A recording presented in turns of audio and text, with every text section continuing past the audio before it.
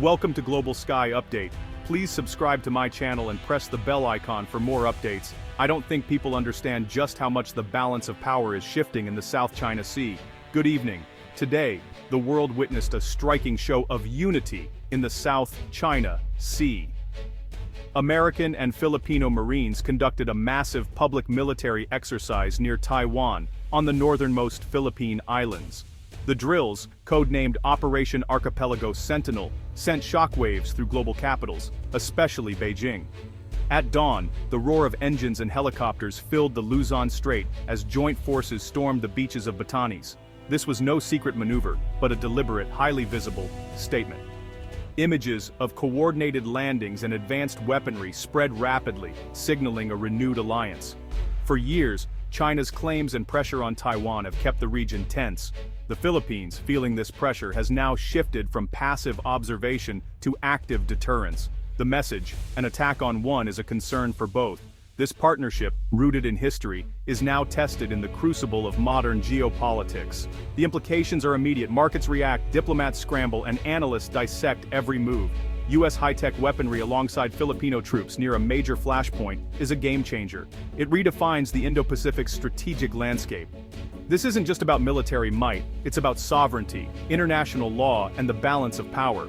The world is watching Batanes, as the future of the region hangs in the balance. The story is still unfolding. But one thing is clear. The alliance is no longer in the shadows. The stakes have never been higher. Tonight, we take you inside this dramatic development. Operation Archipelago Sentinel is the largest U.S.-Philippines joint drill to date, involving over 12,000 personnel. U.S. Marines from Okinawa and a Navy amphibious ready group, including the USS America, joined nearly 4,000 elite Philippine Marines. The scale underscores the seriousness. This is rapid, combined force deployment at a critical choke point. For the first time, both nations integrated their newest assets, U.S. F-35B stealth fighters and Philippine BrahMos cruise missiles, in a simulated high-stakes conflict.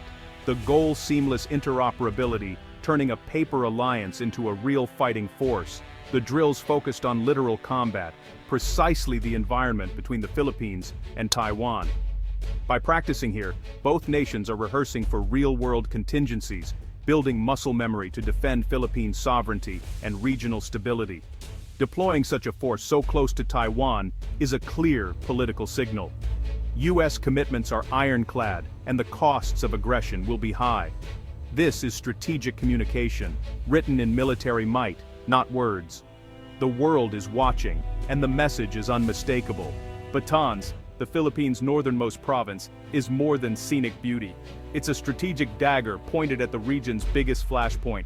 Sitting in the Luzon Strait, it controls a vital global shipping artery and is a gateway for China's navy. Any conflict here would disrupt the world economy.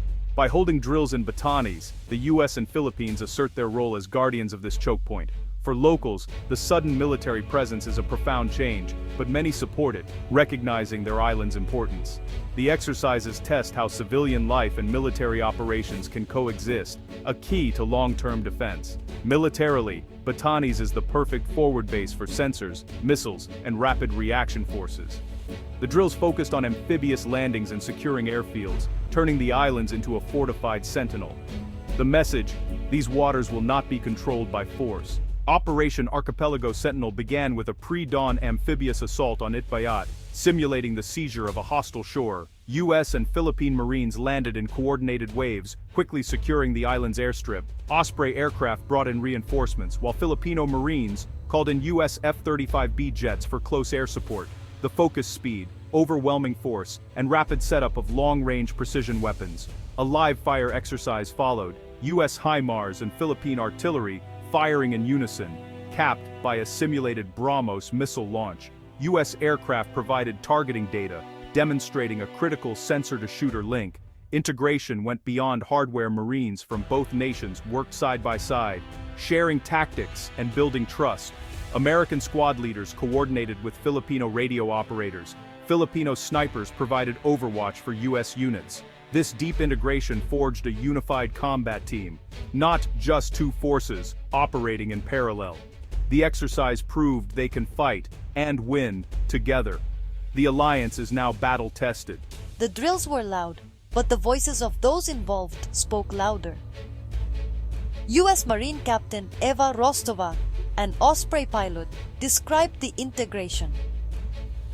"We're not just flying support, we're a single team."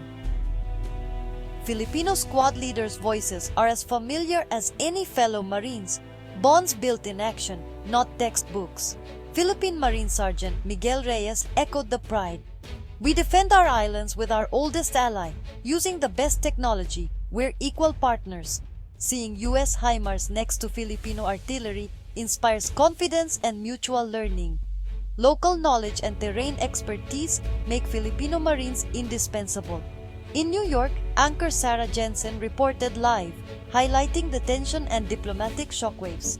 China called an emergency briefing, questioning how it would respond to this show of deterrence. Embedded journalists bridged the gap, showing young Marines training for the worst-case scenario in one of the world's most contested places. NBC's Richard Engel. "It's one thing to talk alliances, it's another to see them in action."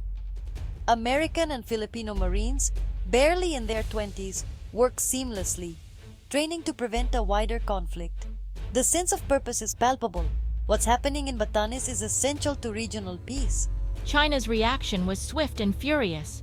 Beijing condemned the drills as a provocation, warning of forceful countermeasures. State media called it a rehearsal for U.S. intervention in Taiwan, sparking outrage on Chinese social platforms. The PLA responded with increased naval and air activity, shadowing U.S. forces and patrolling near Taiwan. For Beijing, drills in Batanes are seen as strategic encirclement, a direct challenge to its core interests. The message from China: the U.S. and Philippines are preparing to interfere in what it considers an internal affair. Operation Archipelago Sentinel's shockwaves reached Tokyo, Seoul, and beyond. Japan and South Korea, reliant on Luzon Strait shipping, quietly welcomed the show of Allied strength. Southeast Asian nations watched closely. Vietnam saw opportunity. Others urged restraint, wary of jeopardizing ties with China. NATO allies noted the drills, supporting the right of sovereign nations to defend themselves and strengthen alliances.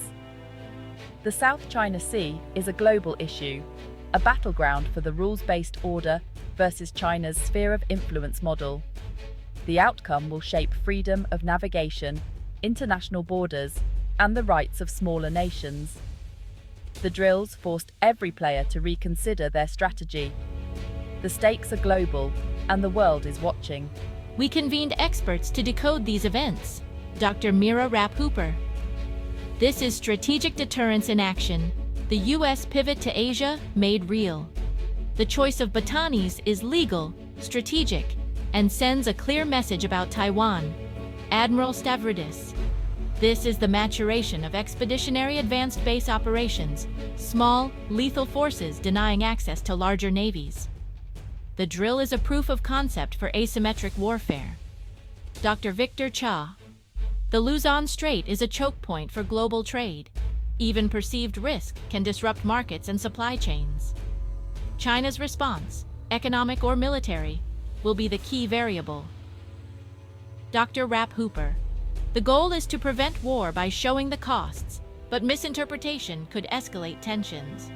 Robust diplomacy is now critical to avoid unintended conflict. The military message is sent. Now, diplomats must ensure it's understood.